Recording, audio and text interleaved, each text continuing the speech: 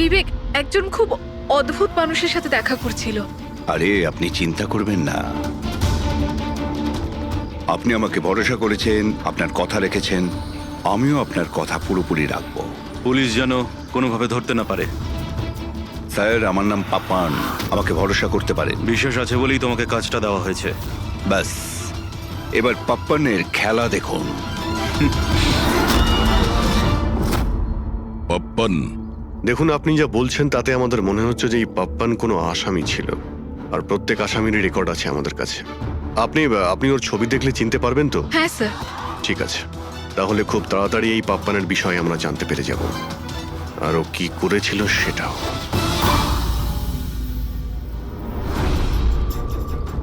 তোমাদের সন্দেহ একদম ঠিক বস, এই খুনটা ছুরির দ্বারা হয়নি। তাহলে কোন অস্ত্র দিয়ে হয়েছে যেটা কেউ দেখতে পায়নি? এমনকি লোকেশ নিজেও সেই অস্ত্র দেখতে পায়নি।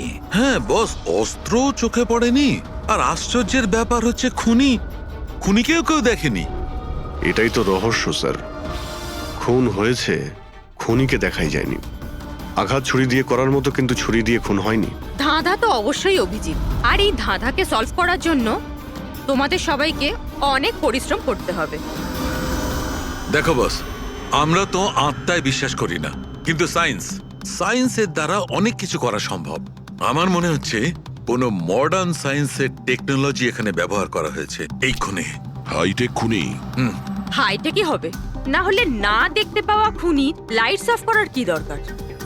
মানছি খুনি হাইটেক, কিন্তু কোথাও না কোথাও আঙুলের ছাপ তো রেখে গেছে ও। নিশ্চয়ই আছে। তার মানে স্যার, আমরা ক্রাইম সিন থেকে যে আঙুলের ছাপগুলো এনেছিলাম তার মধ্যে একটা ছাপ নিশ্চয়ই খুনির হবে। হওয়া উচিত ছিল দা, কিন্তু আফসোসের কথা হচ্ছে হয়নি। তোমরা যতগুলো ফিঙ্গারপ্রিন্টস নিয়ে এসেছো সেখানে শুধু একটাই ওর স্ত্রীর ফিঙ্গারপ্রিন্টস আছে, যেটা একদম ক্লিয়ার। আর অন্য ধরনের ফিঙ্গারপ্রিন্টস গুলো সব স্ম্যাশড, একদম নষ্ট হয়ে গেছে। মনে হচ্ছে যেন কেউ গ্লাভস পরে দরজাটা খুলেছে আর বন্ধ করেছে। পুরো প্ল্যানিং করে খুন করা হয়েছে, যাতে কোনো প্রমাণ না থাকে। একটা কাজ করি আমরা, ওই বিবেকের বাড়িতে যে কয়জন লোক আছে ওদের প্রত্যেকের আলাদা আলাদা স্টেটমেন্ট নিতে হবে। সবাইকে জিজ্ঞাসাবাদ করো যে সেই রাতে এক্সাক্ট কি হয়েছিল। খুনি অন্ধকারের সুযোগ নিয়েছে, আর আমরাও অন্ধকারে লক্ষ্যভেদ করব। স্যার, যখন খুন হচ্ছিল তখন এই খুনি ভেতরেই ছিল স্যার। যেই বিনা বাইরে গেছিল ওকে খুন করে দেয়। এই থিওরি হতে পারে পঙ্কজ, যদি লাইট না অফ হতো তো। তাহলে স্যার দুজন খুনি আছে, একজন লাইট অপারেট করে আর একজন খুন করে। হ্যাঁ, কিন্তু যে লাইট অফ করলো সে কোথায় ছিল? ওখানে তো গার্ড দাঁড়িয়ে ছিল। ও বললো যে না কাউকে ভিতরে আসতে দেখেছে আর না কাউকে বাইরে যেতে দেখেছে। কিন্তু যখন বিনা বাইরে গেছিল তখনও দরজা খোলা দেখতে পায় স্যার। দরজার উপরে ওর আঙুলের ছাপ পাওয়া যেতে পারে স্যার। খুনি খুবই চালাক। ডক্টর সালুকে বললেন না, এই রুমের মধ্যে আমরা একটাও ফিঙ্গারপ্রিন্ট পাইনি, একটাও। ও হ্যান্ড গ্লাভস পরেছিল স্যার, সেই জন্য হয়তো পাওয়া যায়নি। হ্যান্ড গ্লাভস তো পরেই ছিল। বিবেকের বডি এখানে পড়েছিল, মানে ও এখানেই দাঁড়িয়েছিল। এক মিনিট, তুমি এখানে দাঁড়াও তো। খুনি যখন ভিতরে ঢুকেছিল তখন দরজা খোলা ছিল। যখনই লাইট অফ হয় খুনি ভিতরে আসে, সে দরজা বন্ধ করে। অন্ধকারের মধ্যে সে বিবেককে খুন করে দেয়, কারণ যখন লোকেশ বাইরে আসে তখন এই দরজা ভিতর থেকে বন্ধ ছিল। হ্যাঁ স্যার, খুনি ভেতরেই ছিল স্যার। কারেক্ট। আর যখনই লোকেশ দরজা খুলে ভিতরে ঢোকে, খুনি চুপ করে এখান থেকে বেরিয়ে চলে যায়। কিন্তু যদি খুনি এখান থেকে গিয়ে থাকে তাহলে লোকেশ তো এখানেই দাঁড়িয়ে ছিল, ওর তো দেখা উচিত ছিল খুনিকে। লোকেশ তো বলল যে শুধু এখানে বিবেকের বডি পড়েছিল, খুনিকে তো দেখতে পাইনি। স্যার, এই লোকেশ না মিথ্যে কথা বলছে স্যার।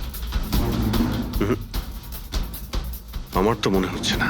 ইন্টারোগেশনের সময় বড় বড় মিথ্যেবাদীরা না কাঁপতে থাকে, ওদের জিভ জড়াতে থাকে। আমার তো মনে হচ্ছে না ও মিথ্যে বলছে। তাহলে কে সেই লোক? বিনা অনুভব করেছে, লোকেশ অনুভব করেছে কিন্তু দেখেনি। না, দেখিনি।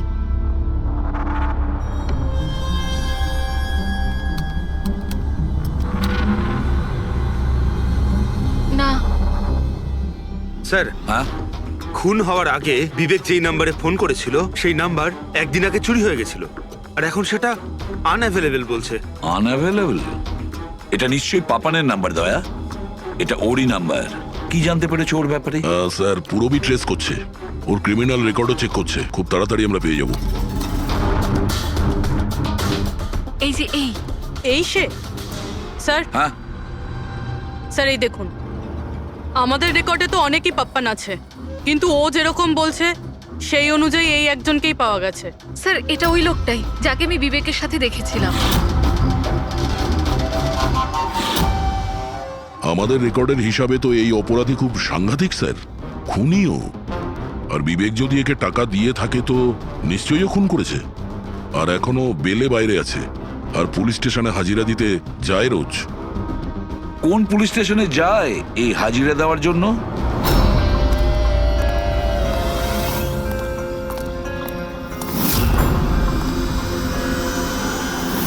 স্যার এখান থেকে পাস হয়ে গেছে। সবজি নিয়ে যাবেন দাদা, সবজি নেবেন, সবজি। স্যার পাপান এখান দিয়ে ক্রস করে গেল। না ভাই, নিজের ঠেলা সামলা। আর ওকে আটকে রাখ, ও কাঁদুক বা হাসুক তুই চিন্তা করিস না। যতক্ষণ ও আমাদের কাছে থাকবে খেলা আমাদের হাতে। আমার জন্য অপেক্ষা কর, যদি কোনো গোলমাল হয় না তোদের কাউকে ছাড়বো না আমি। এই গোলাম কিন্তু তোমার দিকেই যাচ্ছে দয়া, খেয়াল রেখো ওকে।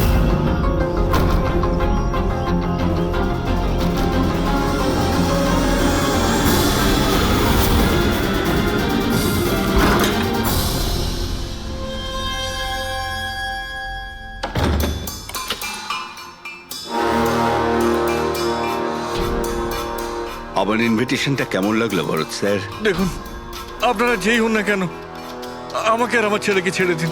আমি আপনাদের কাছে ক্ষমা প্রার্থনা করছি, ক্ষমা। ওকে ওকে ফাইন, একটা কাজ করুন, আমাকে আপনি এখানে রেখে দিন, কিন্তু কিন্তু আমার ছেলেকে ছেড়ে দিন। আমার তোমাকেও দরকার নেই, তোমার ছেলেকেও নয়। আমি চাই শুধু বিবেক স্যারের বিল পাস করো। বিবেক স্যার খুশি তো আমিও খুশি। সেটা পসিবল নয়। আমি ইন্ডিয়ান মিনিস্ট্রির একটা এমপ্লয়ি, মানছি সমস্ত কন্ট্রাক্ট আমার হাতেই পাস হয়, কিন্তু এভাবে আমি কোনো কোম্পানির কন্ট্রাক্ট কি করে পাস করব? হয় না। মিস্টার ভরত, তুমি কি ঘটনার গুরুত্বটা বুঝতে পারছো না? তোমার ছেলের সাথে কি ঘটতে পারে এটা তুমি স্বপ্নেও ভাবতে পারবে না। স্বপ্নে তুমিও ভাবতে পারবে না যে তোমার সঙ্গে এখন কি হবে। স্যার আমি মিনিস্ট্রির তরফে কাজ করছিলাম, যতগুলো ডিল ইন্ডিয়ার তরফ থেকে হয় তার সমস্ত কটার ইনচার্জ আমিই স্যার। চীন এবং জাপানি কোম্পানিগুলোর কাছে নিজের দেশে নিলামের কার্যালয় ছিল স্যার, কিন্তু সমস্ত ভারতীয় দর ওদের কাছে স্যার। কোনো বিদেশি কোম্পানিও কি কন্ট্যাক্ট পেয়েছিল? না স্যার, এ ব্যাপারে সকলের সমান অধিকার আছে, কারণ ভারতীয়দের কাছে চিপ লেবার আর র মেটেরিয়াল ইজিলি অ্যাভেলেবেল, সেই জন্য অন্য বিদেশি কোম্পানিদের কন্ট্রাক্ট পাওয়া মুশকিল ছিল স্যার। স্যার এই নিলামের ব্যাপারটা তো বুঝতে পেরে গেছি। এই বিবেক নিলামটাকে নিজের ফেভারে করার জন্য ওর ছেলেকে কিডন্যাপ করিয়েছে, কিন্তু বিবেককে কে মেরেছে আর কেন? এই কাজটা নিশ্চয়ই কোনো ইন্ডিয়ান কোম্পানি করেছে, যে বিবেকের কম্পিটিটর ছিল। এই জন্যই হয়েছে এই সমস্ত কিছু। ওই লিস্টটা আপনি নিয়ে এসেছেন যেখানে বিবেক ছাড়া অন্য কারো নাম রয়েছে? স্যার যেমন আপনি বলেছিলেন স্যার, তো প্রত্যেকের নাম এই লিস্টে আছে sir. Thank you. Kartik, Bibek, এই দুজন ছাড়া কার্তিক, রমেশ, শিবানী, রনি আর নবীন। আচ্ছা মিস্টার ভরত, এদের মধ্যে আপনার কাকে মনে হয় যে বিবেকের বিরুদ্ধে নিলাম ডাকতো সব থেকে বেশি? স্যার মানে এরকম কোনো লোক যে বিবেক এই বিট জিতলে দুঃখ পাবে কিংবা ওর কোনো ক্ষতি হবে? স্যার এমন তো দুজন লোক হওয়া সম্ভব, রনি আর নবীন। রনি আর নবীন? তাহলে দেখা করো, এই রনি আর নবীনকে জিজ্ঞাসাবাদ করো, জানা তো যাবে এমন কে আছে যে সামনে না এসেও খুন করতে পারে।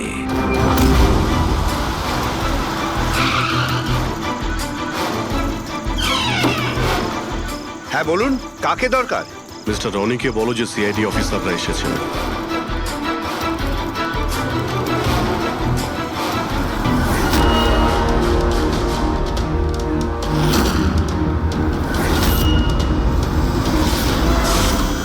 স্যার লাইট বন্ধ হয়ে গেল। আমি আমি আমি না, দেখছি কি মিস্টার কারণে রনি, হলো। আপনি বাইরে যাবেন না, আপনি এখানেই দাঁড়ান প্লিজ। আপনাকে কেউ মারতে চাইছে, মনে হচ্ছে সেই খুনি। সিকিউরিটি! রনি, আপনি এখানেই থাকুন। সিকিউরিটি! স্যার এখানে কেউ আছে। কেউ আছে? স্যার এখানে। কে এখানে? কে এখানে? মিস্টার রনি, আপনি এখানেই থাকুন। স্যার আমি দেখছি। দেখো Pankaj! Oh no, Rony! Sir স্যারের কি হলো? এক minute, he is no more. তুমি কি বাইরে কাউকে পালাতে দেখলে? না স্যার, স্যার আমি যখন জাংশনে গেলাম গিয়ে লাইট অফ করতেই দেখলাম গেটের পাশে দ্বিতীয় সিকিউরিটি পড়ে রয়েছে। তারপর ভেতরে এলাম স্যার। Hello sir. স্যার, আমরা রনিকে বাঁচাতে পারলাম না। He is dead. এটা কিভাবে হতে পারে অভিজিৎ? খুন তোমার সামনে হয়েছে আর তুমি বলছো খুনিকে তুমি দেখতেই পাওনি? হ্যাঁ স্যার, শুনে তো আগে আমাদের বিশ্বাসই হয়নি স্যার, কিন্তু আমরা তো নিজের চোখে দেখলাম কেউই ছিল না স্যার। তার মানে একদম বিবেকের খুনের মতন। হ্যাঁ স্যার। এটা কি ধরনের খুনি স্যার, যে আছে কিন্তু দেখতে পাওয়া যাচ্ছে না? সেটাই তো। কিন্তু আমি শিওর যে ওখানে ছায়ার মতো কিছু দেখেছিলাম, একেবারে অদ্ভুত রকমের। আই মিন, এক্সপ্লেন করা খুবই মুশকিল, কিন্তু সালুকে ওই ফটো থেকে কিছু বের করতে পারলে? বস চেষ্টা তো করছি, হয়তো কিছু পেয়ে যাব। কিন্তু একটা কথা ঠিক, এই খুনটাও সেইভাবে হয়েছে যেমনটা এর আগের বার হয়েছে। এই দেখো বস, এই দেখো এই ছবিটায় হালকা মতো আলোকিত জায়গাটায় কিছু অন্য কথা বলছে, ছায়ার মতো, বিনা আকারের। এটা কি সেটা কিছুতেই বুঝতে পারছি না। ডক্টর সালুখে, আমি তো আগে থেকেই বলছিলাম এটা নিশ্চয়ই কোনো আত্মা। স্যার ও যেই ছিল আমি ওকে অনুভব করেছি স্যার। আমি ওকে ধরার চেষ্টা করেছিলাম কিন্তু ধরতেই পারলাম না। দেখো ভাই, আত্মা টাত্মা কিচ্ছু নয়। বস এটা কি সেটা কিন্তু এখনো জানতে পারিনি। সালুকে, এটা কি ধরনের অস্ত্র ব্যবহার করেছে ওই খুনিটা? এইটা বস, এইটা হচ্ছে অস্ত্র, এটাকে সুরিকান বলা হয়। শুরিকেন? স্যার এই ধরনের অস্ত্র তো আমি মার্শাল আর্টের ফিল্মে দেখেছি। আরে এগুলো তো ওই নিনজারা ইউজ করে। ওই নিনজা? স্যার এটা জাপানিজ অস্ত্র। নিনজাস এই টাইপের অস্ত্র ব্যবহার করে। জাপান নিনজা, আর এই অকশনটাও জাপানি হতে চলেছে স্যার। তাহলে এই সবকিছুর কানেকশন জাপানের সঙ্গে নেই তো? অবশ্যই আছে, জাপানের সঙ্গে কানেকশন আছে। ওই রাকেশের সঙ্গে কথা বলতে হবে। ওই তো গিয়েছিল জাপানে কোনো ডিলের ব্যাপারে কথা বলতে। রাকেশ, তুমি বিবেকের পার্টনার তাই তো? তাহলে তুমি অবশ্যই জানবে যে বিবেক ও বিড হাসিল করার জন্য পাপার নামে কোনো গুন্ডাকে হায়ার করেছিল ভরতের ছেলেকে কিডন্যাপ করানোর জন্য, তাই তো? না স্যার, এই ব্যাপারে আমি কিচ্ছু জানি না। আরে এটা কি করে হতে পারে? এত বড় একটা ব্যাপার আর পার্টনার জানেও না? স্যারও আমার কাছে অনেক কথা লোকাতো, তাই বিজনেসেও আমাদের লস হচ্ছিল। এমনিতে আমাদের এই বিজনেসে লস কভার করার জন্য বিবেক কি কি করতো আর কোথায় কোথায় যে যেত তা আমি কিছু জানি না। আচ্ছা আচ্ছা, আপনি জাপানে গিয়েছিলেন না বিবেকের খুন হওয়ার আগে? হ্যাঁ গেছিলাম। কি করতে গেছিলেন আপনি? আমাদের এক প্রজেক্টের ব্যাপার ছিল, সেই জন্য আমি জাপান গেছিলাম। কিন্তু বিবেক এখান থেকেই সমস্ত অপারেশন হ্যান্ডেল করছিল। কোনো প্রজেক্টের জন্য? আচ্ছা, কিসের প্রজেক্টের জন্য ডিটেলে একটু বলবে আমাকে? জাপানে একটা দ্বীপ আছে যেটাকে ঐতিহাসিক আর পবিত্র মনে করা হয়। ওখানের লোকেরা আমাদের এই প্রজেক্টটা করতে বারবার বারণ করছিল। পবিত্র সমান্তি দ্বীপ? কি পবিত্র আছে ওই আইল্যান্ডে? কিছু পুরনো যোদ্ধাদের ওখানে কবর দেওয়া হয়েছিল, যেমন সামুরাইদের, মরেনদের আর নিনজাদের। ও, সামুরাই, মনিন, নিনজা, পুরনো যোদ্ধাদের কবর দেওয়া হয়েছিল ওখানে। স্যার এটা কি কোনো কাকতালীয় না অন্য কিছু? এই যে নিনজারা, এরা পুরনো দিনের হত্যাকারী ছিল জাপানে, এবং আজও অনেক লোক এদেরকে মানে। তাই ওরা হয়তো চায় না যে ওই জায়গায় এই অয়েল ট্রেলিং হোক, আর ওরা একে হ্যাঁ হতে পারে দয়া, হতে পারে, কিন্তু এটাও তো হতে পারে যে এদের নিজেদের মধ্যে কোনো শত্রুতা বা বিজনেসের রেষারেষি। স্যার, এটা নবীন তো হতে পারে না, কারণ যখন দ্বিতীয় খুনটা হয়েছিল তখন আমি আর পূরবী ওখানেই ছিলাম। তাহলে বাকি থাকলো ওই তিনজন ব্রিডার, শিবানী, রমেশ আর কার্তিক। তিনজনকেই এখানে ডেকে পাঠাই। কার্তিক, রমেশ, শিবানী, তাহলে তোমরা তিন ভারতীয় ছিলে বিবেকের সঙ্গে বিট করার জন্য জাপানে। কিন্তু ডিলটা তো আমরা পাইনি। আর সেই কারণেই বিবেক আর রনির খুন হয়েছে। কার্তিক, আপনি কোথায় ছিলেন যখন এদের দুজনের খুন হয়? স্যার, আমি তো মিটিংয়েই ছিলাম, আপনি এমপ্লয়ীদের কাছে জিজ্ঞেস করতে পারেন। আর রমেশ? স্যার, আমি সামাজিক মানুষ, আর স্যার এর প্রমাণ সেই অফিসার। আর স্যার, যেই মুহূর্তে খুন হয়েছিল আমি ওনার সাথেই ছিলাম স্যার। তাহলে এটাও তো হতে পারে, তাই না, যে এই খুন তোমরা করিয়েছিলে? স্যার, আমরা কেন খুন করাবো স্যার? সবাই তো নিজের নিজের ভাগ্যেই করে খায়। আর ডিল হয়নি তো কি হয়েছে স্যার? কখনো না কখনো কোনো না কোনো ডিল তো হয়েই যাবে।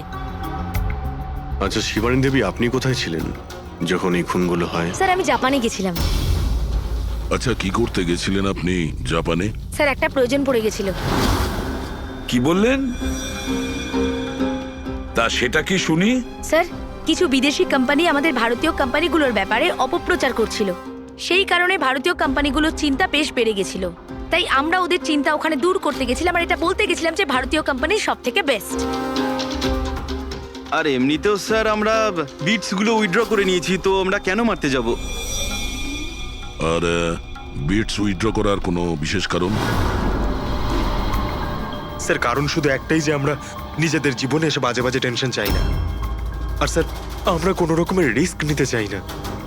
স্যার, আমরা স্যার যা পাচ্ছি তাতেই আমরা সকলেই ভালো আছি।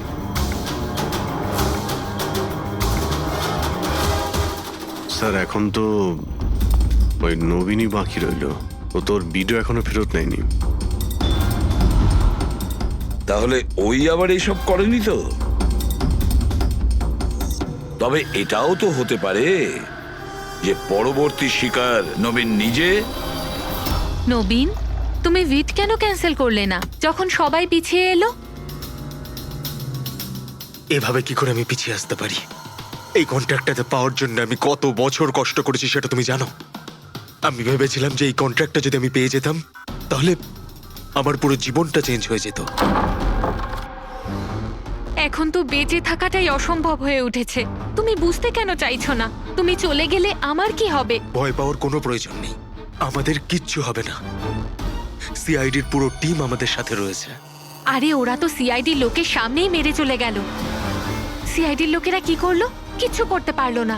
সিআইডির টিমের উপরে ভরসা রাখো তুমি, আমাদের কিচ্ছু হবে না। পঙ্কজ, তুমি জানো তো আমাদেরকে কি করতে হবে? Don't worry, I know. আমি আসছি।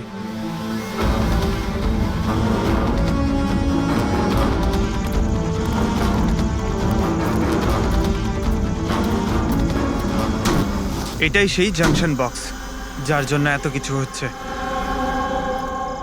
আজ দেখেই ছাড়বো এটা কে। এই জায়গাটা ঠিকঠাক।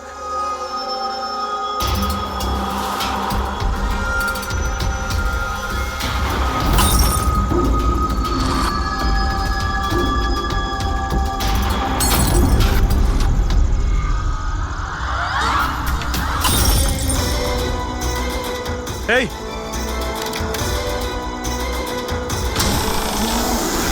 এই হ্যাঁ, কে ওখানে?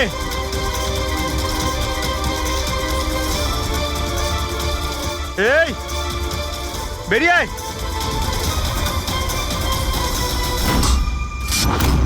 নবীন, লাইট অফ হয়ে গেল কেন? তোমার কিচ্ছু হবে না। না না না, মনে হয় চলে আমি বলছি তো এসেছে কিচ্ছু ওরা। হবে না। কিচ্ছু হবে না। আরে আরে, ভয় পাচ্ছ কেন? প্লিজ রিল্যাক্স হয়ে চুপ যান। করো।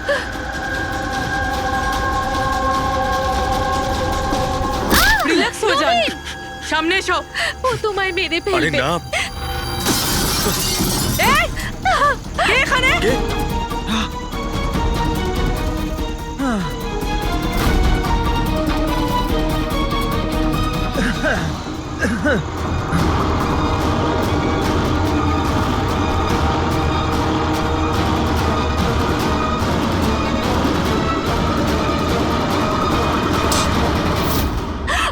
আপনারা ঠিক আছেন? হ্যাঁ,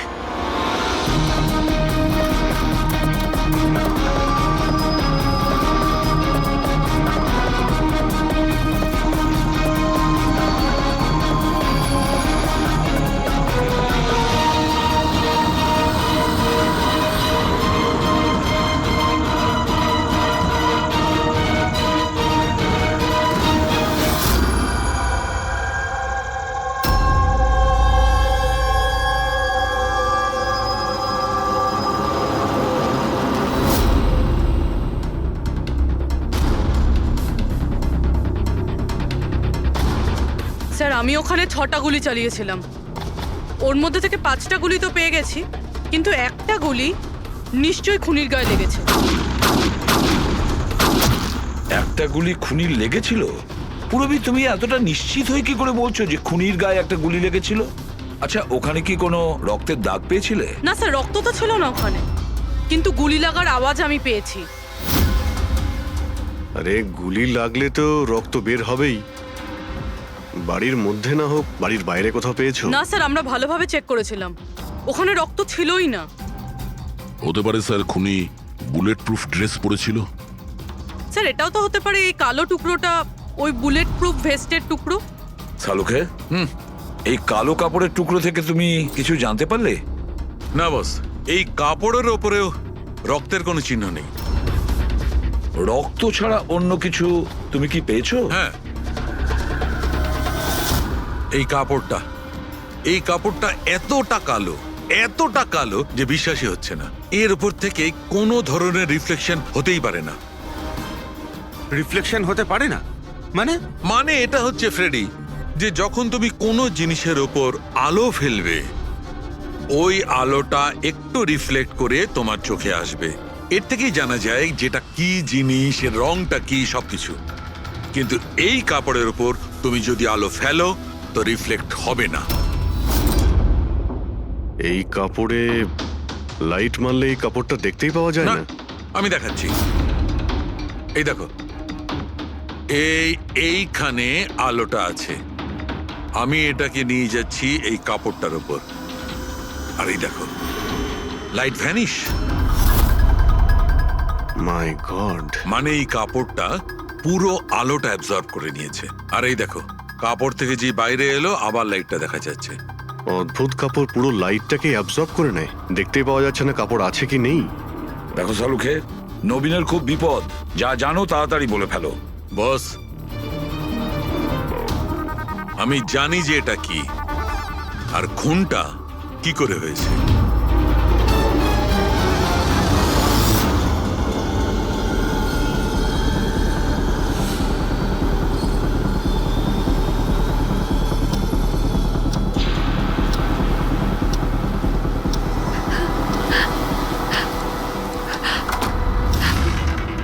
শিখা, কি হয়েছে তোমার? এত চিন্তিত লাগছে কেন তোমায়? তোমার কিচ্ছু হবে না, রিল্যাক্স করো। কি করে রিল্যাক্স থাকবো? তোমার কিছু হয়ে গেলে তবে? আরে বাবা, আমি তো বললাম যে আমাদের কিচ্ছু হবে না। নবীন, আবার লাইট অফ হয়ে গেল। আরে আরে, কিচ্ছু হবে না, ভয় করছে। কেউ নবীন, আসছে না। কি হবে? আরে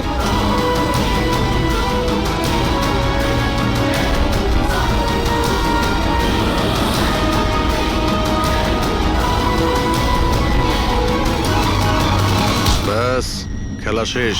এক গ্লাস দুধ নিজের হাতে করে নিয়ে আসো, তাহলেই সব টেনশন দূর হয়ে যাবে। আচ্ছা, তাই নিয়ে আসছি। Please, thank you.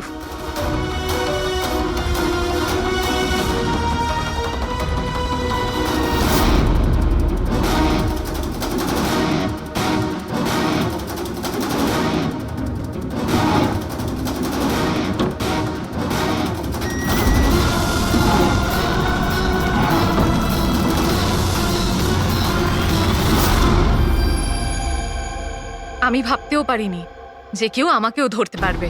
আমরাও এটা ভাবতে পারিনি যে একজন স্ত্রী নিজের স্বামীকে খুন করতে পারে। অপরাধী যত বুদ্ধি দিয়েই অপরাধ করতে চাক, কোথাও না কোথাও যে কোনো ভাবেই ওর ভুল হয়ে যায়। আমি তো কোনো ভুল করিনি, তাও আপনারা আমাকে ধরে ফেলেছেন। না না, তুমি ভুল করেছো।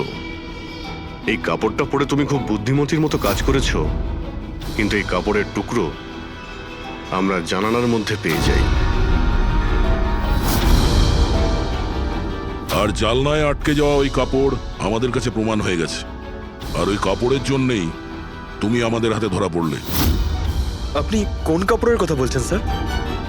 আমি এইটার ব্যাপারে আগে শুধু শুনেছিলাম বস। আমি ভাবতে পারিনি যে এটা ব্যবহার করা যেতে পারে, তাও ঠিক এইভাবে। এটা যে যে লোক তৈরি করেছে তারা নিজেদের মতো এটার নাম দিয়েছে। তবে একটা কথা ঠিক, এটা এই পৃথিবীর সব থেকে কালো জিনিস। আমি তো কিচ্ছু বুঝলাম না।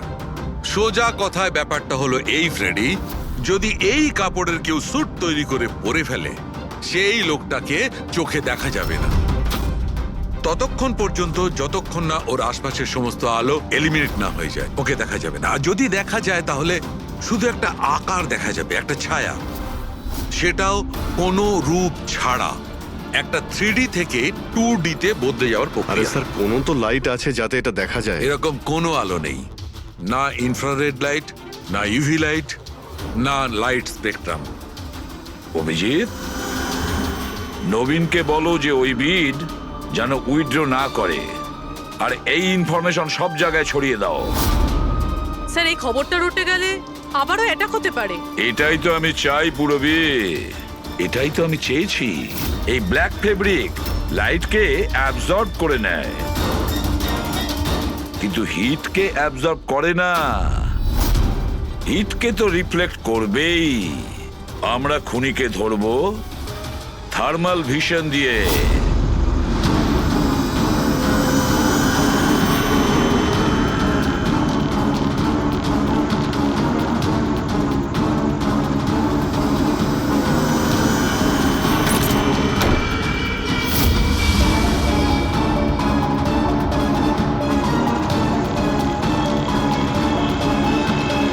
ব্যাস, খেলা শেষ। এইভাবেই এই কালো ড্রেসের জন্য তোমার খেলা শেষ হয়ে গেছে? হ্যাঁ, এখন তাড়াতাড়ি বলো, নিজের স্বামীর খুন করেছো কেন তুমি? ঘৃণা করতাম আমি ওকে। ওর বউ বলতেও আমার নিজেকে লজ্জা লাগতো। কেন? এমনও কি করেছিল যাতে তুমি ওকে এত ঘৃণা করতে? এই যে ব্যবসাটা ছিল, আমার বাবাই ওকে দিয়েছিল। এত বড় এম্পায়ার দাঁড় করিয়ে দিল ওকে, আর ও সেটা ধুলোতে মিশিয়ে দেওয়ার চেষ্টা করছিল। গুন্ডাদের দিয়ে সমস্ত কন্ট্রাক্ট আদায় করত। তার মানে তুমি বলতে চাইছো যে ও নিজেই ওর বিজনেসটাকে খারাপ করে দিচ্ছিল? করছিল না, করে দিয়েছিল।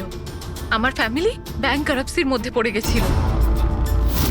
বিজনেস খারাপ চলছিল তো ওর সাথে তুমি কথা বলতে, ওকে বোঝাতে পারতে। ওকে প্রাণে মেরে ফেললে। আমি ওকে বোঝানোর চেষ্টা করেছিলাম, কিন্তু ও বোঝেনি। আর বাধ্য হয়ে আমাকে এই স্টেপটা নিতে হয়। আমাকে আমার সন্তানদের কথা ভাবতে হতো, ওদের তো আমি না খাইয়ে মারতে পারবো না। সেই জন্যই পুরো বিজনেসটা তুমি তোমার হাতে নিয়ে নিয়েছো। হ্যাঁ, আমি জাপানের একটা কোম্পানিকে অ্যাপ্রোচ করেছিলাম লুকিয়ে লুকিয়ে। ছোট ছোট কন্ট্রাক্ট আর টাকার বদলে আমি ঠিক করি যাতে আমার কোম্পানির ওপর কোনো বাধা নিষেধ না খাটে। আর সেই জন্যই আমি আমার পথের কাঁটাদের এক এক করে মারতে শুরু আর করি। তাদেরকে মারার জন্য এমন একটা অস্ত্র ব্যবহার করেছো যেটা নিনজারা ইউজ করে? হ্যাঁ, এসব করে তুমি কি পেলে? জেল। যে সন্তানদের জন্য তুমি এই অপরাধের রাস্তা নিলে, এখন তো তারা অনাথ হয়ে যাবে। কেতন ভাই, আমি কিছু করিনি। বলিস তো তুই মরবি এক্ষুনি। আমি বলছি তুমি কিন্তু এগিয়েও না। হ্যালো, মরবি আজকে তুই। বলে দে আমি কিছু করিনি। আমি বলেছি তুমি কিন্তু এগোবে না। কেতন!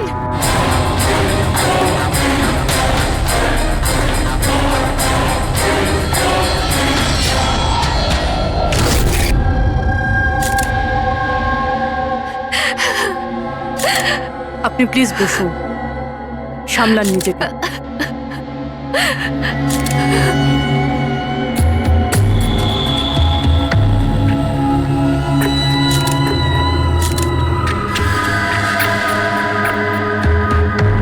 এটা কি?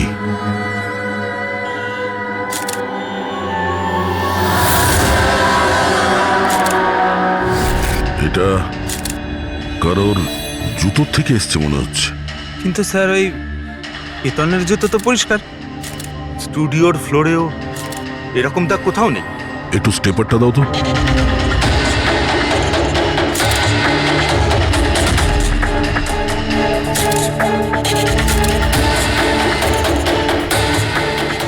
ধুলো মাটি কিংবা কাদা তো মনে হচ্ছে না, তেলের মতো কিছু মনে হচ্ছে। একটা কাজ করো, স্টুডিওতে যতগুলো ফিঙ্গারপ্রিন্টস আছে সব নিয়ে নাও।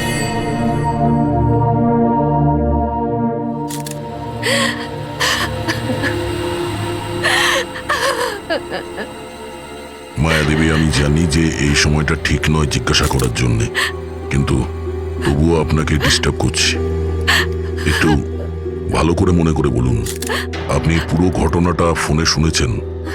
আচ্ছা, কেতন আর ওই লোকটার সাথে কি কথা হচ্ছিল? ও এসেই কেতনকে খুব বাজেভাবে মারছিল। কেতন চিৎকার করছিল খুব, জিনিসপত্র ভাঙার আওয়াজ পাচ্ছিলাম আমি। আমি কিছু করিনি। হ্যালো কেতন, কি হলো ভাই? আরে বল। ও কোনো ফটোগ্রাফের কথা বলছিল। স্যার, মায়া যেটা বলছে যে কেতন কেতন খুন হয়েছে একটা একটা একটা এভিডেন্সের জন্য। এভিডেন্স কি তাহলে ফটোগ্রাফ ছিল? স্যার, কেতন কোনো একটা কাপেলের ইনফরমেশন লিখে রেখেছে স্যার। এই দেখুন, এখানে নামগুলো লেখা আছে স্যার, জুহুতে থাকে। স্যার হ্যাঁ, স্যার এই দেখুন, ক্যালেন্ডারে 14th এপ্রিল 2018 এই ডেটটা মার্ক করা রয়েছে, দ্য অ্যানিভার্সারি। আরে এটা তো আজকের ডেট। তার মানে আজকের দিনে কিছু ঘটতে যাচ্ছিল যেটার ব্যাপারে কেতন জানতো। ওর মোবাইল ফোনটা চেক করো, দেখো শেষবার কার সঙ্গে কথা বলেছো।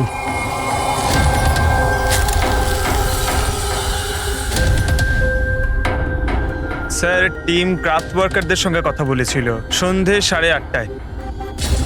টিএম ক্রাফট ওয়ার্কার্স, সেটাও আবার কেতন মার্ডারের ঠিক আধ ঘন্টা আগে। Hello, TM craft workers. হ্যাঁ বলুন। কেতন আপনাকে ফোন করেছিল। কেন ফোন করেছিল? আপনি কে? আমি ওর বন্ধু বলছি। হ্যাঁ, ও ফোন করেছিল তো, শুধু এই কারণে ফোন করেছিল যে গিফটটা ঠিক সময় পৌঁছেছে কিনা জানতে। গিফট? কি ধরনের গিফট? একটা ফটো ফ্রেম ছিল মনন আর শ্যামলের জন্য, ওদের 25th অ্যানিভার্সারি ছিল, সেই উদ্দেশ্যেই ফটোটা ডেলিভারি হওয়ার ছিল। মনন আর শ্যামলী, ওদের বাড়ির অ্যাড্রেসটা পাওয়া যাবে? আর্জেন্ট আছে।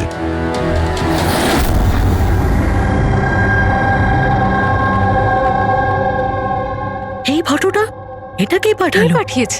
কেতন? কেতন? কেতনটা কে? আর এইভাবে আমাদের ফ্যামিলি পিকচার পাঠানোর মানেটা কি? হ্যাঁ, ও কি করে চিনলো আমাদের ফ্যামিলিকে? মনে হচ্ছে কেউ মজা করেছে। একেবারেই না। আপনি কে?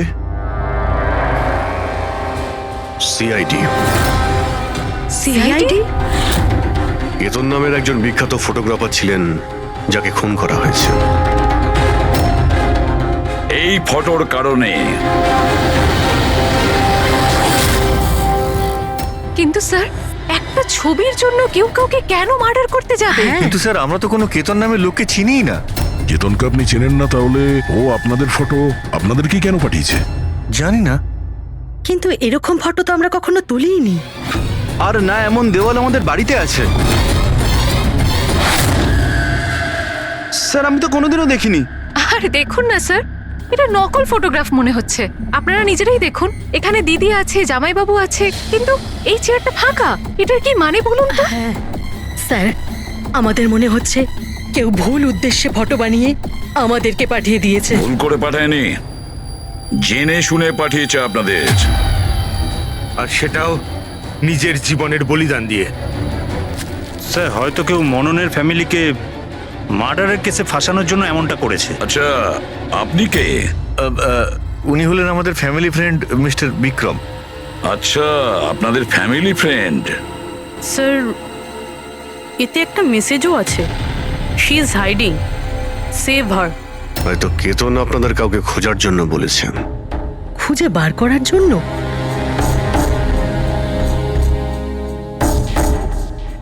স্যার স্যার এই ফটোটা তো আমার মেয়ে রিয়ার মতো মনে হচ্ছে। স্যার জানি না কার হাত ধরে দাঁড়িয়ে রয়েছে, একটু দেখো না, আমাদের মেয়ের মতোই তো মনে হচ্ছে। না না, দেখো, এটা রিয়া নয়। না না না, ও রিয়া, এটা রিয়া এটা নয়। রিয়া। এই ইয়েলো কালারের ড্রেস আমার মেয়ে রিয়াই পরেছিল যখন ও নিখোঁজ হয়ে গেছিল। মনে হচ্ছে কেতন রিয়াকে খোঁজার কথা বলেছে। এটা রিয়াই, একটু এটা রিয়া দেখো না। নয়। এক মিনিট কতদিন ধরে উধাও আপনাদের মেয়ে? 12 বছর। হ্যাঁ, 12 বছর? স্যার এই 12 বছর পরে কেউ কারোর ইনফরমেশন কেন দেবে? এই রিয়া 12 বছর ধরে নিখোঁজ। কিছু না কিছু কারণ তো নিশ্চয়ই আছে এই ফটো পাঠানোর।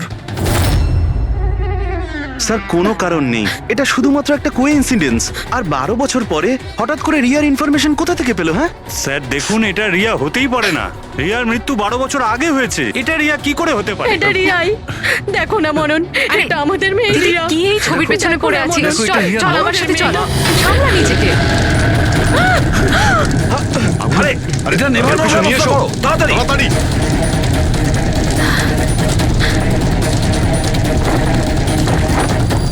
সাবধানে। স্যার এই ফটোটা তো পুড়ে গেল, এবার কি করব? কোনো ব্যাপার না, আরো একটা পেয়ে যাবো। পুরবি একটা কাজ করো, তুমি টিএম ট্র্যাপটে গিয়ে এই ছবিগুলো ডুপ্লিকেট কপি নিয়ে এসো। আর যদি ওদের কাছে না থাকে তাহলে কেতনের কম্পিউটারে নিশ্চয়ই কোনো ব্যাকআপ থাকবে, ওখানে দেখে নিও। স্যার, মনন আর শ্যামলী, আপনারা কেতনকে চিনতেন নাকি চিনতেন না তাতে কিছু যায় আসে না, কিন্তু একটা কথা ভালো করে মনে রাখবেন, কেতন নিজের প্রাণ দিয়েছে আপনাদের সাহায্য করার জন্য। ও আপনাদের কাউকে বাঁচাতে বলছে, কেউ লুকিয়ে আছে তাকে খোঁজার জন্য বলছে। আরো কে আর কোথায় লুকিয়ে আছে সেটা তো আমরা খুঁজেই নেব।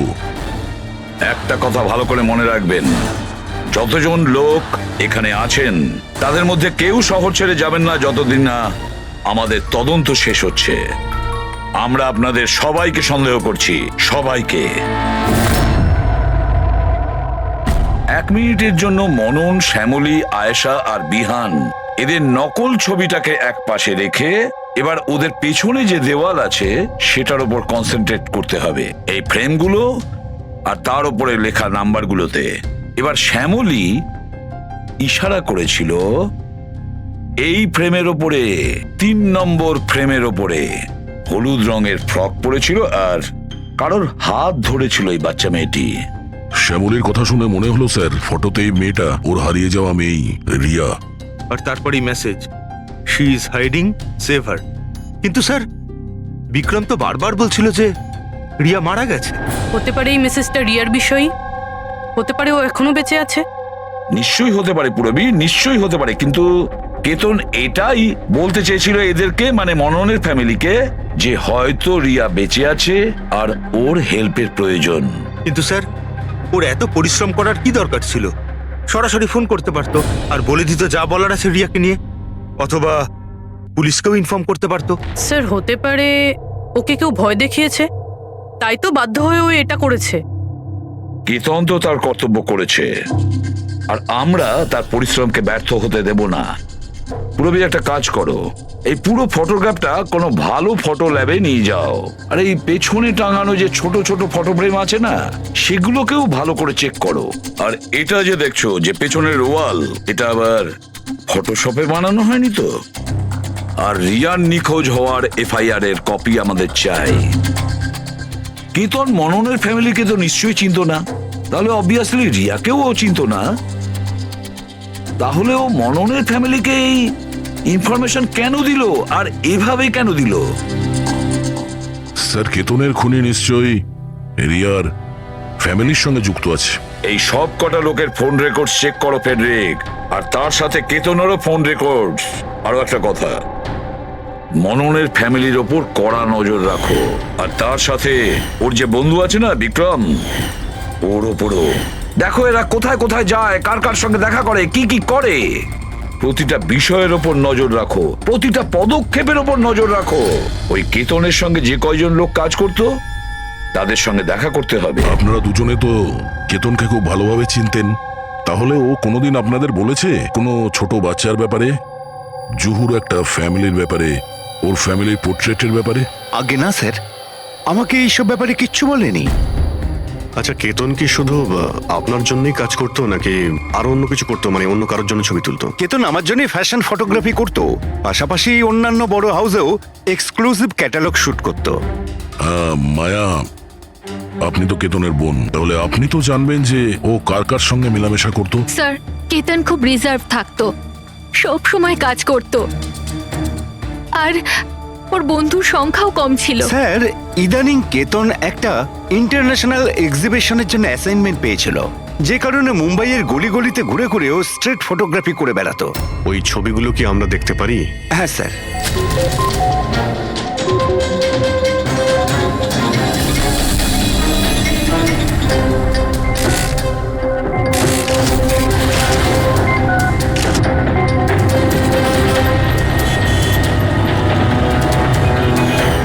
এত ভালো পোর্টফোলিও বানিয়েছিল, অথচ এক্সিবিশনে সাবমিটই করলো না।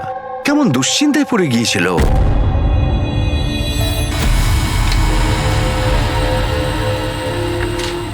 এই ওয়ালে যতগুলো ফটোজ আর নাম্বার আছে সবগুলো আসল, আর বাকি সব?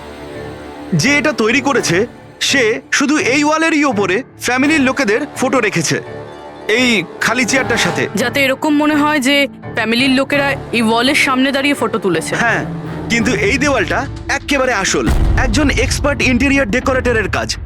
ম্যাগনেটিক দেওয়াল এটা, আজকাল খুব কম জায়গায় এটা দেখা যায়। ম্যাগনেটিক ওয়াল? হ্যাঁ, ম্যাগনেটিক দেওয়াল বানাবার জন্য ওয়ালে একটা স্পেশাল পেইন্ট করা হয়ে থাকে, যার কেমিক্যাল কম্পোজিশনে ম্যাগনেটিক এলিমেন্ট থাকে, যাতে ওই দেওয়ালটা ম্যাগনেটিক প্রপার্টি পায়। তার মানে এই দেওয়ালটা অলমোস্ট ম্যাগনেটের মতো? একদম ঠিক। এখন তাতে কোনো মেটালিক জিনিস কোনো কিছু ছাড়াই, যেমন হুক আর পেরেক, আটকানো যাবে, আবার নিয়েও আসা যাবে। আর তেমনই এই দেওয়ালটা হলো ম্যাগনেটিক দেওয়াল। Thank you. Thank you ma'am.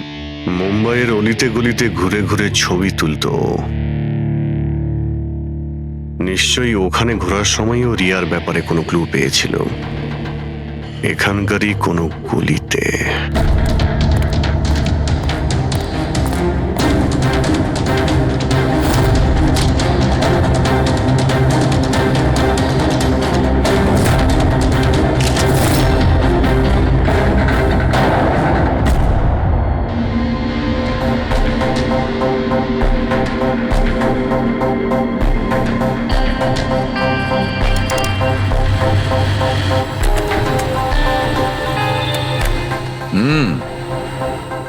তাহলে এই ব্যাপার।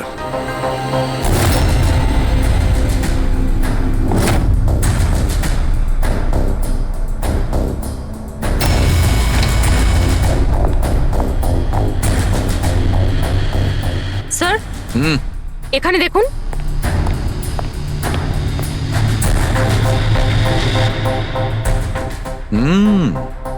Good job Sarika.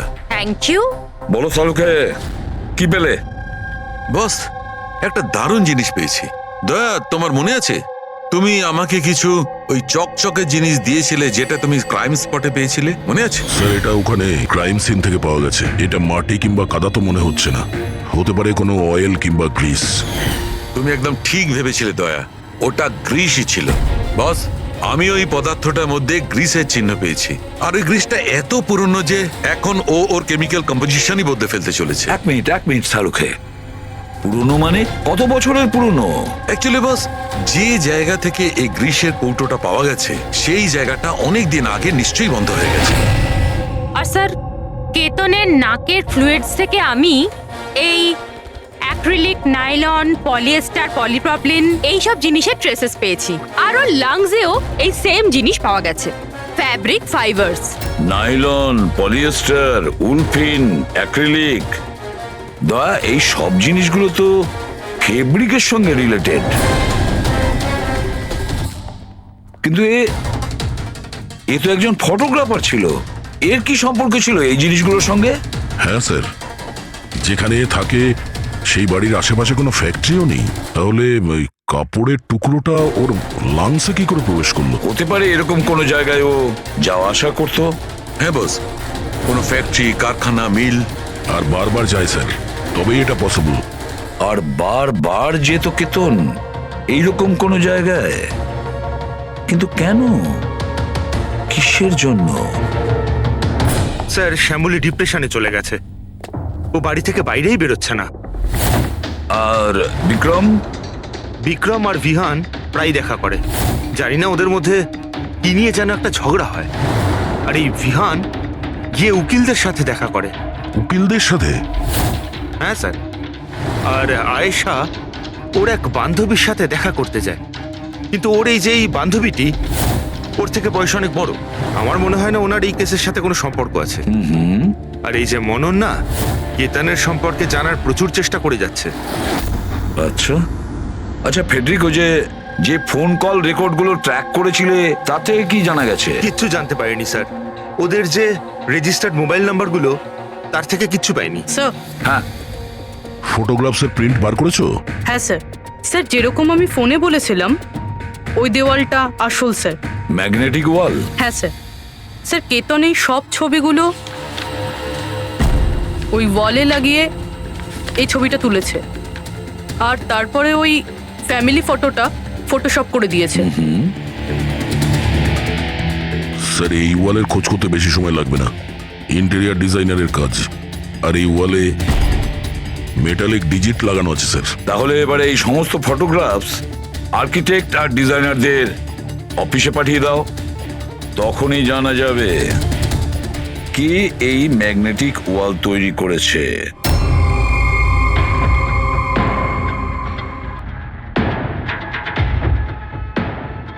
এই যে ফ্যামিলিটা বসে আছে, এর পেছনে যে দেওয়ালটা আছে, সেটা কি আপনি বানিয়েছেন?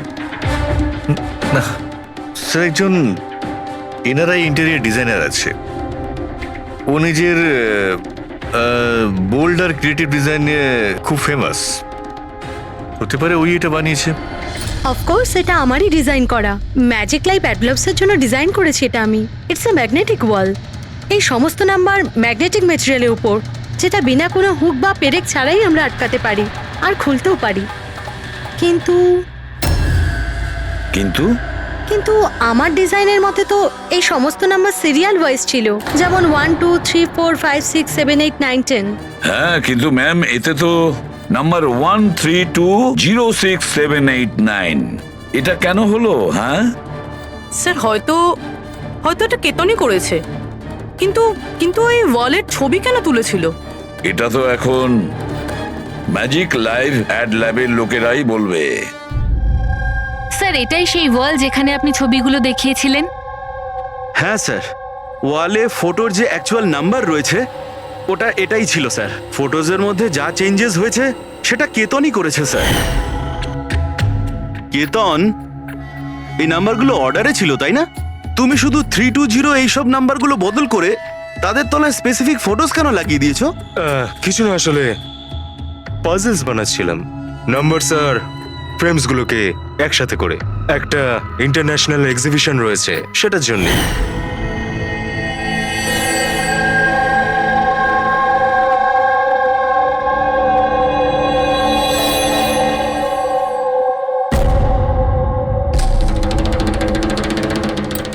আপনারা কেতনকে পারমিশন দিয়েছিলেন কি করে এসব করার জন্য? আসলে স্যার, কেতন আমাদের সাথে আগেও কাজ করেছে। ও একটা ইন্টারন্যাশনাল এক্সিবিশনের জন্য ছবি তুলছিল, আর এই জন্য এই ওয়ালটারও দরকার ছিল, আমরাও ইউজ করতে দিয়ে দিয়েছি। হ্যাঁ স্যার, কি সব পাজলের কথা বলছিল, আমরা তো কিছুই বুঝতে পারছিলাম না। পাজল?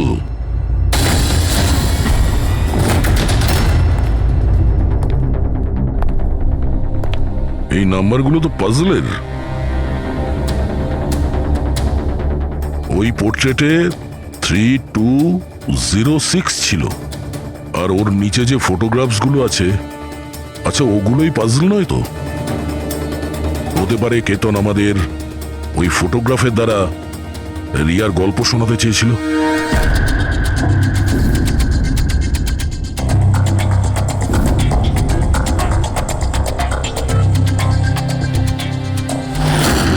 এই রিয়া নিখোঁজ হয়েছিল কবে? কবে নিখোঁজ হয়েছিল?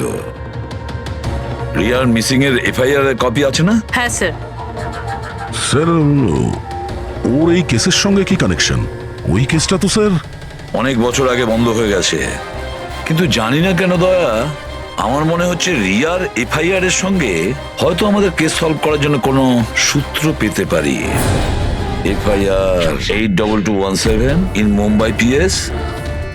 এফআইআর এর ডেটটা দেখো দয়া, এই দেখো 3206। 3/2/2006, মানে এটা ডেট একদম ঠিক বলেছো। 3206 3rd ফেব্রুয়ারি 2006।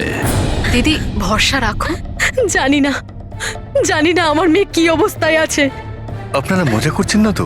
আপনারা সত্যি আমার মেয়েকে খুঁজে বার করবেন? ও অ্যাকচুয়ালি বেঁচে আছে কি? আপনার মেয়ে বেঁচে আছে এটা শুনে আপনার খুশি হওয়া উচিত, আর আপনি এভাবে কথা বলছেন। ড্যাড, আমার বোন রিয়া বেঁচে আছে। স্যার কোথায় ও? দেখুন, আমরা খুব তাড়াতাড়ি রিয়ার অ্যাড্রেসটা খুঁজে পাবো। সেই জন্য আপনারা যা জানেন আমাদের বলে দিন। শেষবার আপনারা ওকে কবে দেখেছিলেন, ওর সঙ্গে কি হয়েছিল, আর এক্স্যাক্টলি ও নিখোঁজ হলোটা কি করে। কিন্তু স্যার, এই 4টে ছবির কি মানে হতে পারে? কি তো নিশ্চয়ই আমাদের রিয়ার বিষয়ে কিছু বলবার চেষ্টা করেছিল। দেখো না ফটোগুলো, এই 3 নম্বর ফটোটা, এতে একটা ছোট্ট বাচ্চা আছে, কাঁদছে, কোনো বড় মানুষের হাত ধরে কোথাও চলে যাচ্ছে। 2 নম্বর ফটোতে রিয়া অনেকটা বড় হয়ে গেছে,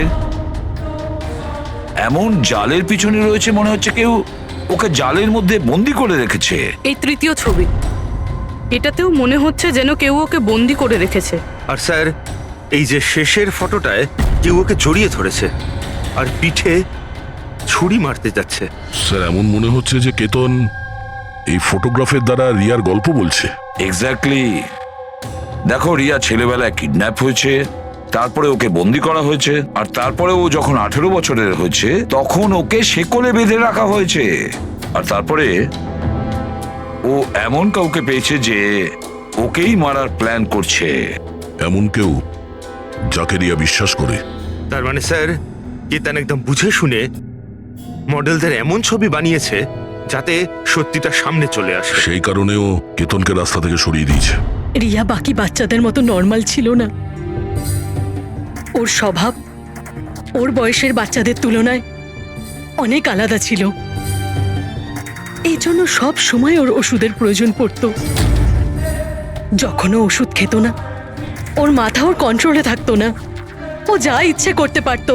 ও নিজের ক্ষতি করতো, এমনকি নিজেকে মেরে ফেলারও চেষ্টা করতো। আচ্ছা, এই রিয়া নিখোঁজ হলো কোথা থেকে? আমরা ওকে স্পেশাল বাচ্চাদের স্কুলে ভর্তি করেছিলাম, ও ওখান থেকেই নিখোঁজ হয়েছে। তারপরে কি আপনারা কোনো ফোন কল পেয়েছিলেন টাকা পয়সার জন্য বা অন্য কোনো কল? না, কোনো ফোন আসেনি।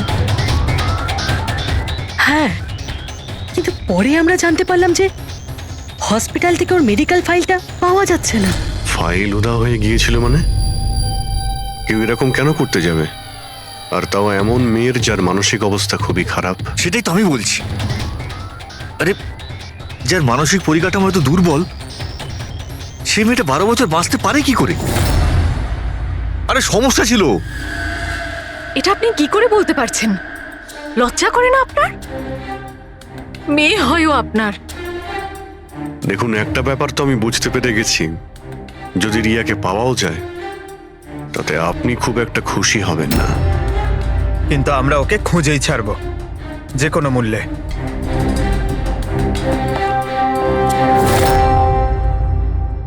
দয়া, এই ফটোটাকে মন দিয়ে দেখো।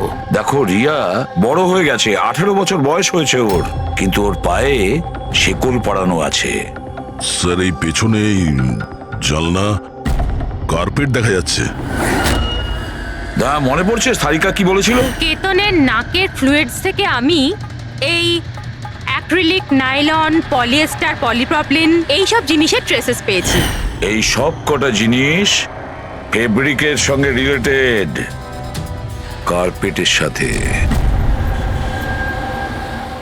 ওই কেতন ছবির মাধ্যমে বোঝাতে চেয়েছিল যে ওই রিয়া কোনো পুরনো মিল বা ফ্যাক্টরিতে আছে। স্যার চতুর্থ ফটোটায় অয়েল ক্যান আর খালি বাক্স ছিল। আর কেতনের স্টুডিও থেকে আমরা গ্রিসের ছাপ পেয়েছিলাম তো। স্যার হয়তো খুনি কেতনের স্টুডিওতে সেখান থেকেই এসেছিল যেখানে রিয়া বন্দি আছে।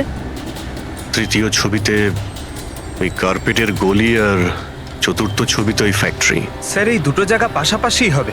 আমাদের আগে এটা জানতে হবে যে কার্পেটের ওই গলিটার আশেপাশে কোনো পুরনো বন্ধ ফ্যাক্টরি আছে কিনা। যাই করতে হবে খুব তাড়াতাড়ি করতে হবে বস, কারণ আমাদের মননের বাড়িতে যাওয়ার পরে খুনি নিজে সামনে আসবে না, হতে পারে কাউকে দিয়েও কাজ।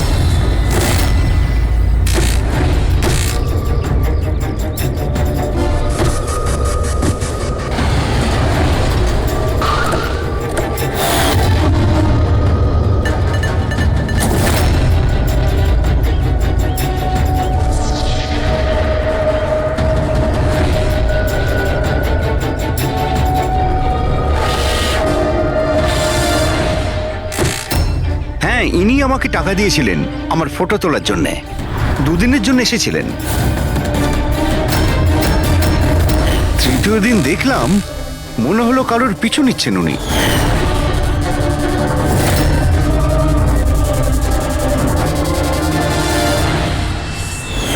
কার পিছু নিয়েছিল? সেদিকে তো মন দিইনি আমি। ও কোন দিকে গিয়েছিল পিছু নিতে নিতে? এই দিকে গিয়েছিল।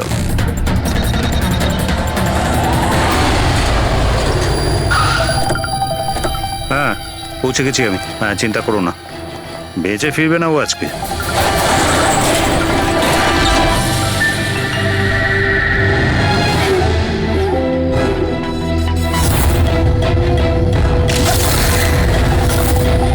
এই বন্ধ কর এটা।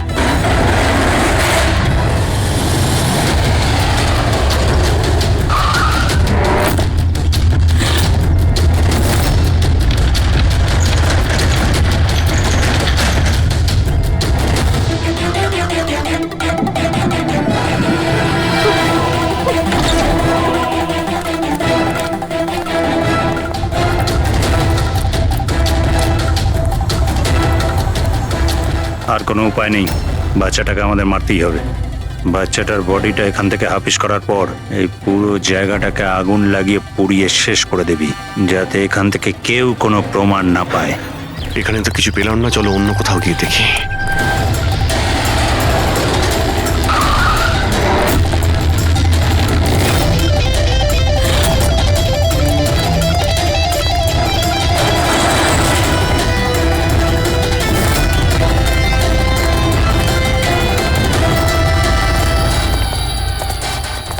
রিয়া, রিয়া, তোমার মা বাবার কাছে নিয়ে যেতে এসেছি,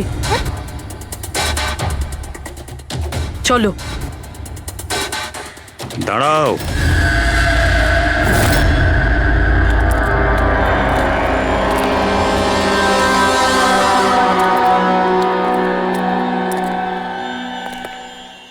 রিয়া মা এদিকে আয়। আয় মা, আয় আয় আয় আয় আয় আয় আয় আয়। রিয়া, রিয়া, রিয়া, আয় আয় আয়। রিয়া মা, এই আঙ্কেলদের সাথে যাবি? এই বাচ্চাটা তোমাদের সাথে যেতে চায় না, একবার চেষ্টা করে দেখো। ঠিকই বলছে ফ্রেডি, এই মেয়েটা ভাবছে যে আমরা ওর শত্রু, আর ওকে ওর বন্ধু ভাবছে, কারণ ওদেরও রোজই দেখে। তুমি একদম ঠিক ধরেছ। আর এই সরল বাচ্চা মেয়েটা তো এটাও জানে না যে আজও মরতে চলেছে।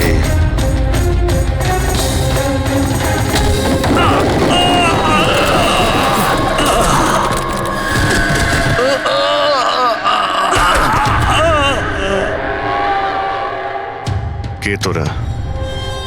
তোদের এখানে কে পাঠিয়েছে? এটা তোমরা কোনোদিন জানতে পারবে না।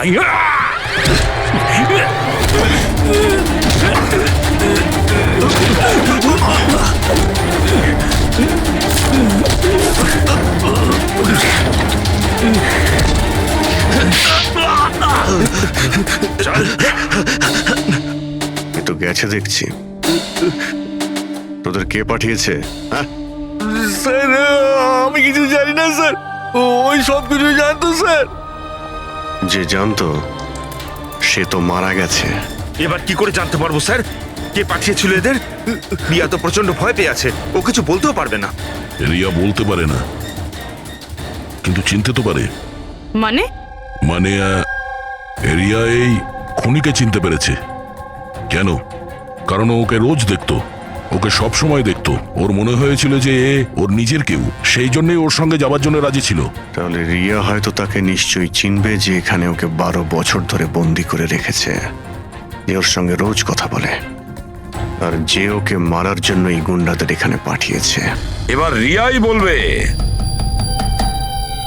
যে অপরাধীটা আসলে কে। রিয়া, যাও যাও রিয়া। এসো মা, আমার কাছে এসো।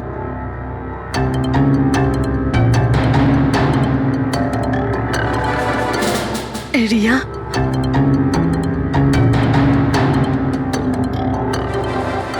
এসো সোনা আমার, নিজের মায়ের কাছে এসো। এসো এসো মা আমার, এসো মা, এসো এসো সোনা আমার। আয় মা। রিয়া,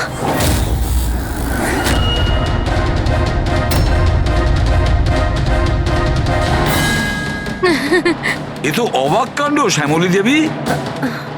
আপনার মেয়ের সাথে 12 বছর পরে দেখা হচ্ছে, কিন্তু সে আপনার কাছে যায়নি, ওর মাসিকে জড়িয়ে ধরেছে। সেটা কিভাবে হলো? রিয়া, আরে আসলে শোন মা, ওটা তো আমি ওর মায়ের মতো, তো তাই খুব ভালোবাসে ও আমাকে, সেই জন্যে। আরে বাহ মাসিমা, আপনাকে এত ভালোবাসে যে রিয়া নিজের মাকে চিনতেই পারলো না, কিন্তু আপনাকে চিনতে পারলো। কি? আর জানেন কেন? কারণ গত 12 বছর ধরে শুধু একজনই আছে যে রিয়ার সঙ্গে দেখা করত, কথা বলতো, যাকে রিয়া নিজের ভাবতো। এটা কি বাজে কথা বলছেন আপনি? আমি কেন ওর সাথে দেখা করব? আমি দেখা করিনি। রিয়ার সঙ্গে নিশ্চয়ই দেখা করেছেন, 12 বছর ধরে দেখা করেছেন। বাজে কথা আমরা বলছি না আয়েশা, বাজে কথা আপনি বলছেন। আমরা তো সেই ডাক্তারকেও খুঁজে বের করেছি যার সাহায্যে আপনি 12 বছর ধরে রিয়াকে ওষুধ খাইয়েছেন আর ও টেস্ট করিয়েছেন। আমি কোনো ডক্টরকে চিনি না, আমি বলছি তো আপনাকে, আমি কোনো মেডিকেল টেস্ট করাইনি। নিশ্চয়ই করিয়েছেন। না, আমি কোনো টেস্ট করাইনি। মিথ্যা কথা বলছেন আপনি। টেস্ট করিয়েছেন আমি আপনি। কোনো টেস্ট করাইনি বলছি তো, বারবার বলছি, আমি কোনো ডক্টরকে চিনি না। আমি তোকে 12 বছর ধরে সেই ওষুধটাই দিচ্ছি যেটা ও 7 বছর বয়স থেকে খেয়ে আসছে।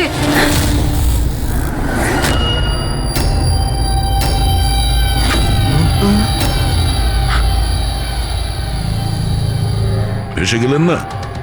হ্যাঁ, যে লোকটাকে আপনি পাঠিয়েছিলেন রিয়াকে মারতে, ওর মোবাইলে আমরা ওর নাম্বার পাই, যে আপনার বন্ধু, যার সঙ্গে আপনি সবসময় দেখা করেন। আয়েশা, তুই এমন কেন করলি? বিহানের জন্যে। আমার ডিভোর্স হয়ে গেছিল, আমার জীবনে এমনিও আর কোনো উদ্দেশ্য ছিল না। আমি বিহানকে কার কাছে রেখে যেতাম? আমার মনে হলো যে এই পুরো প্রপার্টি, এই টাকা, এগুলো সব আমার ছেলের হওয়া উচিত, রিয়ার না। রিয়া তো তাছাড়া এমনিতেই ভীষণ অসুস্থ। তুমি নিজের ছেলের ভবিষ্যৎ তৈরি করতে গিয়ে নিজের বোনের মেয়ের জীবনে অন্ধকার নামিয়ে দিয়েছিলে। রিয়া নিখোঁজ হওয়ার পরে মনন আর শ্যামলী তোমার ছেলে বিহানকে দত্তক নেয়, এটাই তো তোমার প্ল্যান ছিল। তুমি এতটা নিচে নেমে গেছিলে যে তুমি একটা ছোট বাচ্চাকে মেরে ফেলতে চাইছিলে? আমি ওকে মারতে চাইনি, আমিও একজন মা।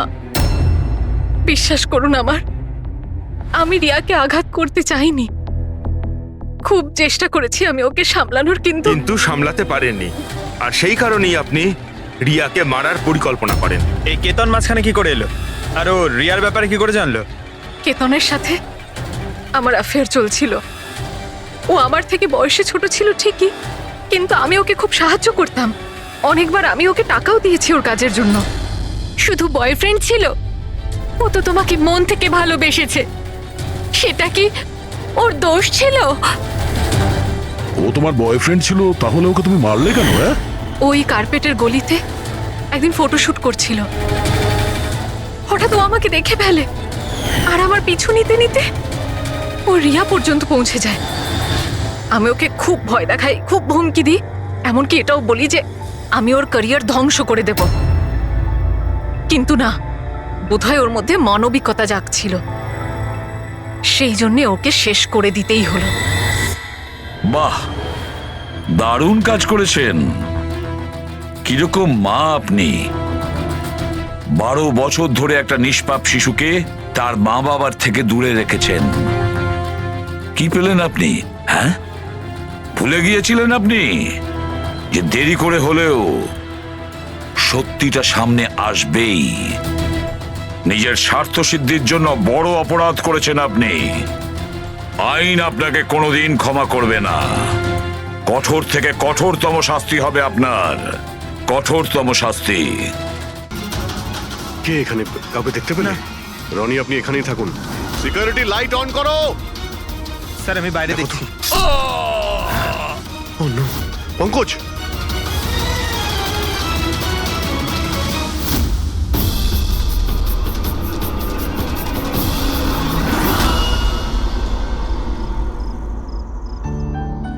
শোনো না, আজকে সারাদিন শুধু কাজ কাজ আর কাজ, ভালোই লাগছে না, সারা শরীর যেন ব্যথা করছে। বিবেক, 24 ঘন্টা যদি ভাবো তাহলে লোড তো পড়বেই।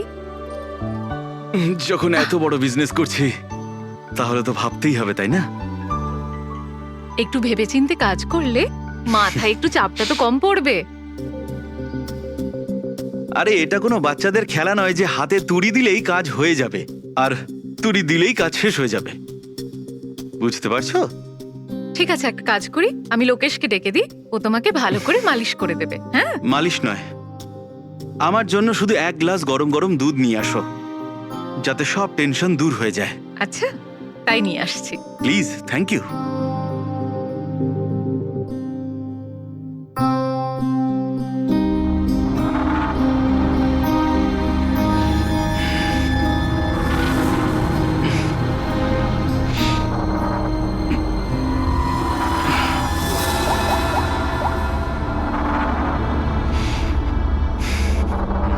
বলুন বিবেক স্যার। সব ঠিকঠাক আছে? হ্যাঁ স্যার, সব ঠিক আছে, একদম ট্রেকে আছে। কাজ হয়ে যাবে তো? আপনাকে কথা দিয়েছি স্যার, কাজ হয়ে যাবে। যেটা তোমার ঠিক মনে হয় সেটাই তুমি করো, তোমার পুরো স্বাধীনতা আছে, কিন্তু কাজটা ঠিক করে করবে। আপনি চিন্তা করবেন না স্যার, ও তৈরি হয়ে যাবে। ওকে তৈরি করা তো আমার বাঁ হাতের কাজ। গুড।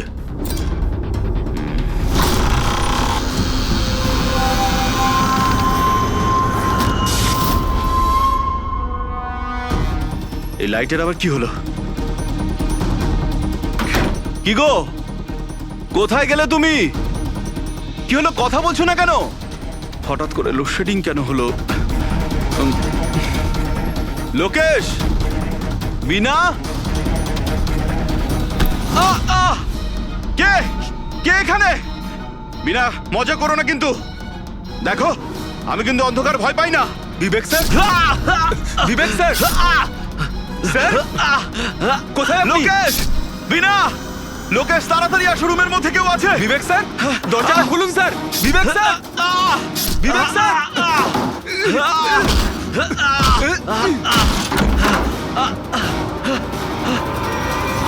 বিবেক স্যার, মালকিন, বিবেক স্যার, স্যার, স্যার উঠুন। এ কি হলো স্যার আপনার? বিবেক স্যার,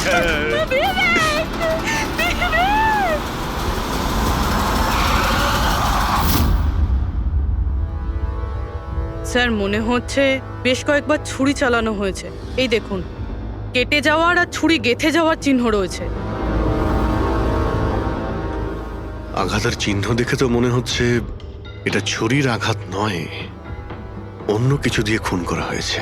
এমন কেন মনে হচ্ছে স্যার আপনার? এই দেখো, এই যে আঘাতের যে চিহ্ন দেখতে পাচ্ছ, একদম সমান সমান, একই সাইজের, আর এটা খুব বেশি গভীরও নয়। যদি ছুরি দিয়ে আঘাত করতো তাহলে বড় হতো, গভীর হতো, আর প্যাটার্নটাও এরকম হতোই না। মানে স্যার ছুরির মতোই এটা একটা ছোট অস্ত্র, আর ওকে বারবার মেরে খুন করেছে। তাই তো মনে হচ্ছে ভাই। আপনি কোথায় ছিলেন যখন এই খুনটা হয়েছিল? স্যার আমি নিচে নিজের ঘরে ছিলাম।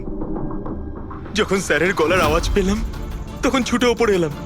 অনেকবার দরজা ভাঙার চেষ্টা করলাম কিন্তু পারলাম না স্যার। আর ভিতর থেকে স্যার বারবার চেঁচাচ্ছিল খুব জোরে। তারপরে দরজা ভেঙে যখন ভেতরে গেলাম আর আমি দেখলাম যে যখন দৌড়ে ভেতরে এসেছিলেন তখন আপনি খুনিকে দেখেননি? এটাই তো অদ্ভুত ব্যাপার স্যার, কাউকে দেখতেই পেলাম না। ভিতর থেকে দরজা বন্ধ ছিল? হ্যাঁ স্যার।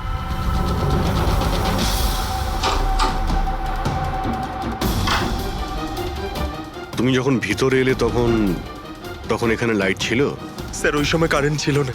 তারপরে আমি দরজা খুলে ভিতরে গিয়ে দেখলাম কারেন্ট এসে গেছে। অদ্ভুত ব্যাপার স্যার, এ আবার কেমন খুনি যাকে লাইটেও দেখা যায় না, এ আবার আত্মা। এটাও তো হতে পারে যে যখন ঘরের মধ্যে অন্ধকার ছিল সেই সুযোগে খুনি পালিয়ে গেছে।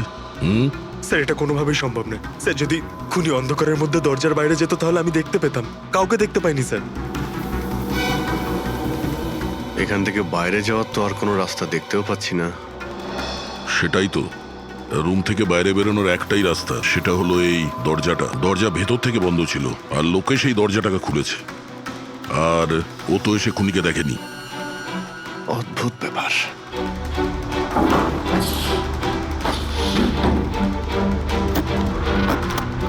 এটাও তো ভিতর থেকে বন্ধ, এখান থেকে তো খুনি আসেনি।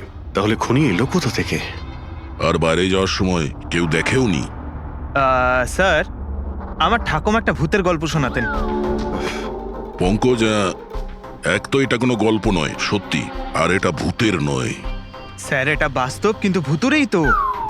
কেউ এখানে আসে আর অস্ত্র ছাড়াই খুন করে আর চলে যায়। কোথা থেকে? যাওয়ার তো শুধু ওই একটাই রাস্তা রয়েছে, এই দরজা দিয়ে। কিন্তু স্যার বিনা তো সিঁড়ি দিয়ে ওপরে যাচ্ছিল, আর খুনি যদি এখান থেকে যেত ও তো দেখতে পেত। অদ্ভুত ব্যাপার তো। এই লাইটের যাওয়ার আসা, এই কেসের সঙ্গে এর কোনো না কোনো সম্পর্ক রয়েছে। লাইটের জাংশন বক্স কোথায়?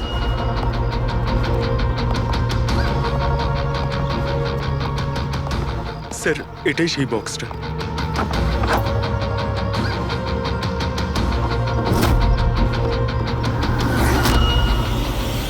এদিকে শোনো একটু। কালকে তুমি ডিউটিতে ছিলে? আমি তো গেটে ছিলাম স্যার। তুমি গেটে থাকতেও কেউ বাড়িতে ঢুকে খুন করে চলে গেল, তুমি বুঝতেও পারলে না?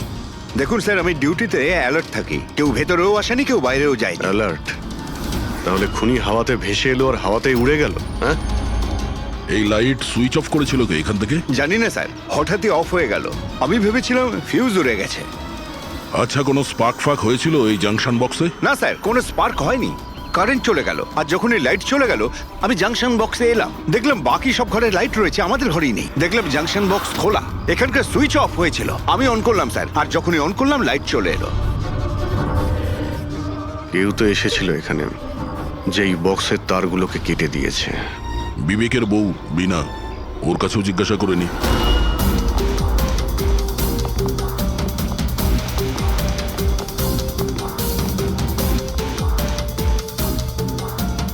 দেখুন, আমরা জানি যে এই সময়ে আমরা আপনাকে প্রশ্ন করছি। আসলে আমরাও একটু অবাক, যেখানে সবাই থাকতে বিবেকের খুন হয় আর কেউই খুনিকে দেখলেও না। স্যার এই প্রশ্নের উত্তর আমার কাছেও নেই। আমি নিজেই অবাক যে খুনি কিভাবে এলো আর কিভাবে গেল, আমি কিছুই দেখতে পেলাম না। আমি আমার বাচ্চাদের কি উত্তর দেব স্যার? ওদের ওপর দিয়ে কি বইবে? ভেঙে পড়ো না, সময়ের সাথে সাথে বাচ্চারাও বুঝতে পারবে। আপনি কে? স্যার আমি বিবেকের বিজনেস পার্টনার। আমার নাম রাকেশ, আর আমি সবে জাপান থেকে ফিরেছি। কিসের জন্য জাপানে গিয়েছিলেন? স্যার একটা বিজনেসের ব্যাপারে গেছিলাম। কি কি বিজনেস করেন আপনি? স্যার বিবেক আর রাকেশ একটা জাপানে তৈলজাত পদার্থের ব্যবসা শুরু করেছিল। জাপানের সিতে জয়েন্ট ভেঞ্চার ছিল ইন্ডিয়া জাপানের। বন্ধু তো গেলই, জানি না এবার কোম্পানিটার কি হবে। আচ্ছা, কারোর সঙ্গে বিবেকের কি কোনো শত্রুতা ছিল?